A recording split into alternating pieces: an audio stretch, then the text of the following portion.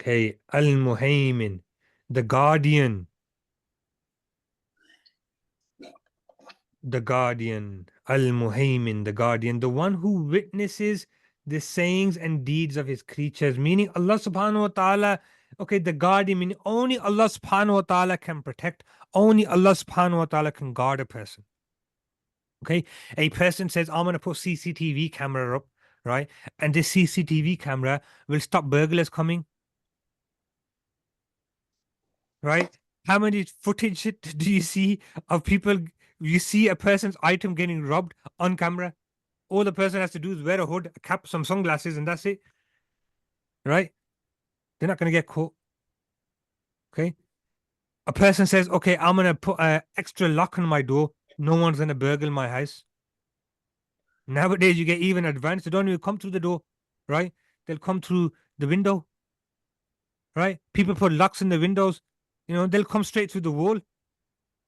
I was watching a video. Somebody sent me a video. There was a robbery here on Ladypur Road, right? What the guys did was they bought one of the jewelers got robbed on Ladypur Road.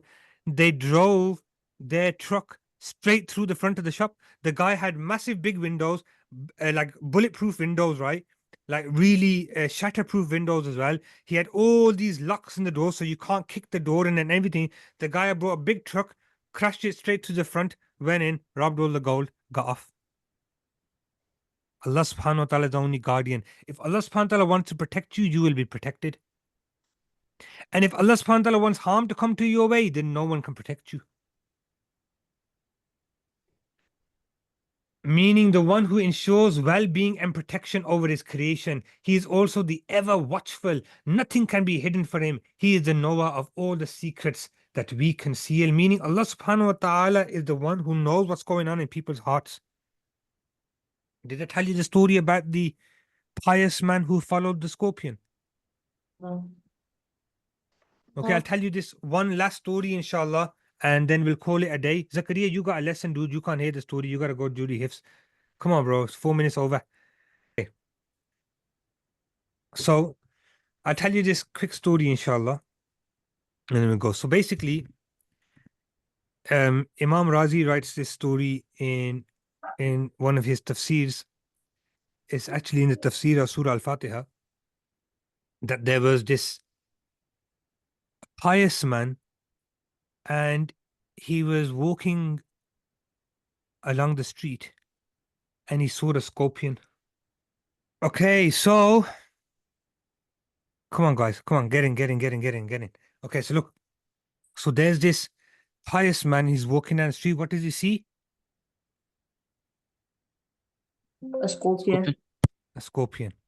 Okay, so he sees a scorpion. So what this pious man does is he says, I'm gonna follow this scorpion. He sees the scorpion walking and says, I wonder where this scorpion is going. Saying everything, all the creation of Allah subhanahu wa ta'ala serves a purpose. Okay, all the creation of Allah subhanahu wa ta'ala serves a purpose.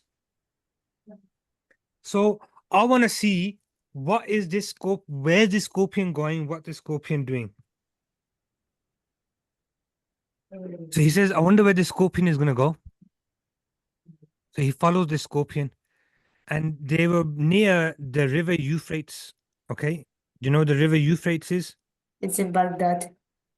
So it runs through Iraq and a few other countries as well. It's a massive river. Anyways, he follows the scorpion. The scorpion walks, and it goes up by the river. Right? When it gets to the river bank, it just waits there. So the pious man also follows it and waits and watching the scorpion. And what's the scorpion doing right by the river bank? After a little bit of time, a tortoise comes. A what? Tortoise. A tortoise. You know what a tortoise is? A baby turtle. Or is it a turtle? A turtle or a tortoise? Right? Is a tortoise a baby turtle, or is a turtle different than a tortoise? Let's check. Check that. Anyways, okay, so a turtle or a tortoise comes, right? I think there's something different. I think tortoises stay small and turtles grow big. I don't know. I might be wrong. What is it? It's basically saying it's turtles, but turtles are not the same as tortoise. They look the same, but they're different, honey. Yeah. Okay, so a tortoise comes, right? Or a turtle, could be wrong, right? I read it in Urdu, and in Urdu they call it a.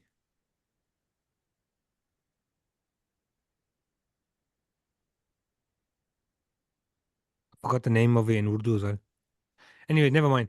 So a turtle comes, and the turtle comes and parks up on the water. Turtles can swim, right? And it comes along this river and it parks up, right in front of the scorpion.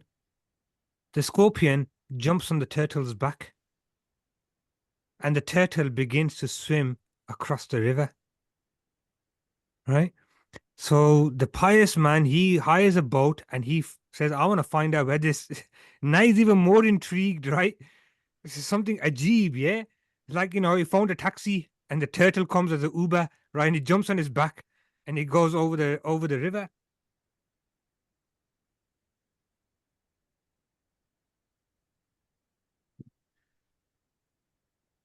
So this pious man, he hires a boat and he says, quickly, quickly, take me across the river, follow this channel. So he's got this turtle with the scorpion on its back in its sight, right? And he follows them, and what they do is they cross the river. When the turtle gets to the other side of the river, the scorpion jumps off his back onto the other side of the riverbank. So the pious man, he also gets off this boat and he begins to continue to follow this scorpion on the other side of the riverbank. He says, I'm going to follow this scorpion now, see where it's going to go.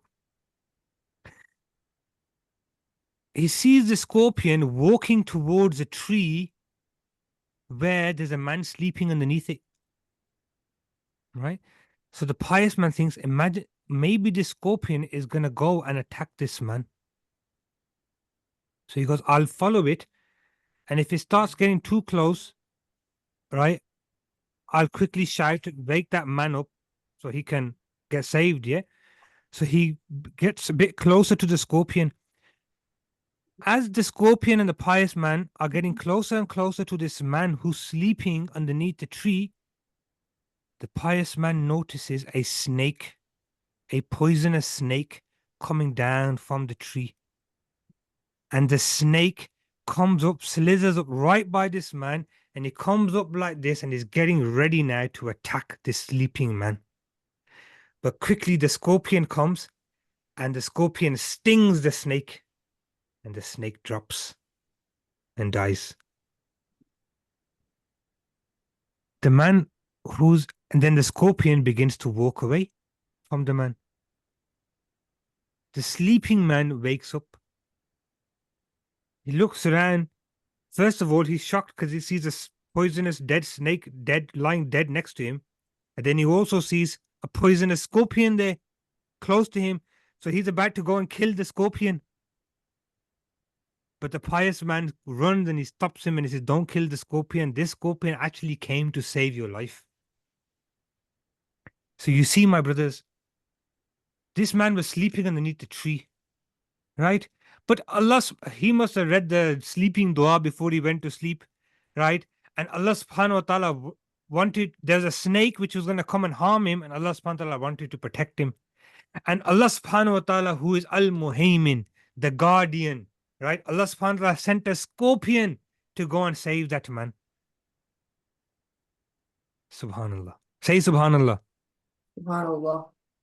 And then on top of that, Allah subhanahu wa ta'ala sent the pious man after the scorpion to make sure that the man who is sleeping, when he wakes up, he doesn't kill the scorpion either. Say Subhanallah. SubhanAllah. This is Al-Muhaymin, the guardian. So if Allah subhanahu wa ta'ala wants to protect a person, Allah subhanahu wa ta'ala can protect the person in so many ways. How do we know how many times a day Allah subhanahu wa ta'ala has protected us from harm and we don't even know? Sometimes, a mother does dua for a child and says, oh Allah, protect my child. And something bad was supposed to happen to that child. But because of the dua of the mother, Allah subhanahu wa ta'ala chose to protect that person in one way or another.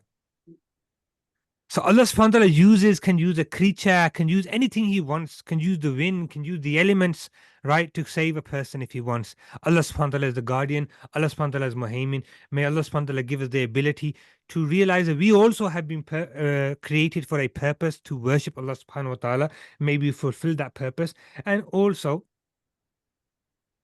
may Allah subhanahu wa ta'ala give us the ability to appreciate all His qualities and to call upon those qualities whenever we need it, especially Ar-Rahman, Ar-Rahim, Al-Malik, Al-Quddus, As-Salam, Al-Mu'min, Al-Muhaymin, Al-Aziz, Al-Jabbar, and all the 99 names of Allah subhanahu wa ta'ala. So we've done 7 names today, inshallah. And tomorrow we're going to continue. We'll try to do at least 7 or 8 more.